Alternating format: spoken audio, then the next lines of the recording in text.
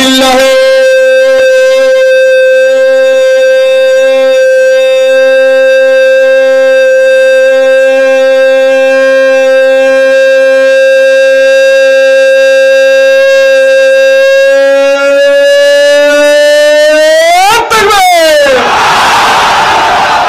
আলহামদুলিল্লাহ আলহামদুলিল্লাহ বলেন।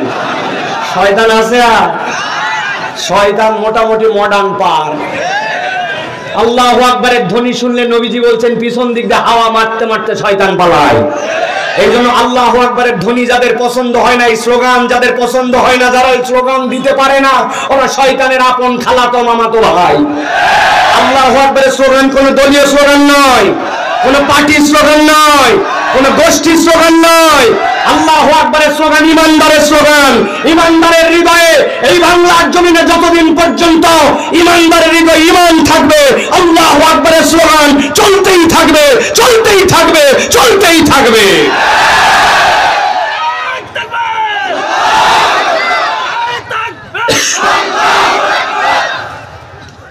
আলহামদুলিল্লাহ। প্রিয় ভাইয়েরা, ভূমিকা একটু লম্বা হয়ে গেছে, আমরা এখন মূল কথার মধ্যে প্রবেশ করব। প্রিয় ভাইয়েরা, আজকে আমরা কোরআনুল কারীমের নির্ধারিত একটা বিষয় থেকে গুরুত্বপূর্ণ একটি কথা শুনবো ইনশাআল্লাহ।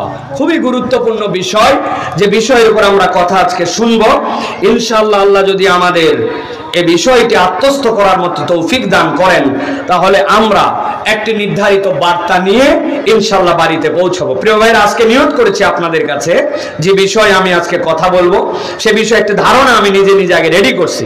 তো সে বিষয়ের উপর আপনাদের কথা বলতে চাই। তার আগে এই প্রসঙ্গে 1 মিনিট ভূমিকা দিতে চাই যে যে বিষয়টা বলছি এইটা আমাদের কেন দরকার।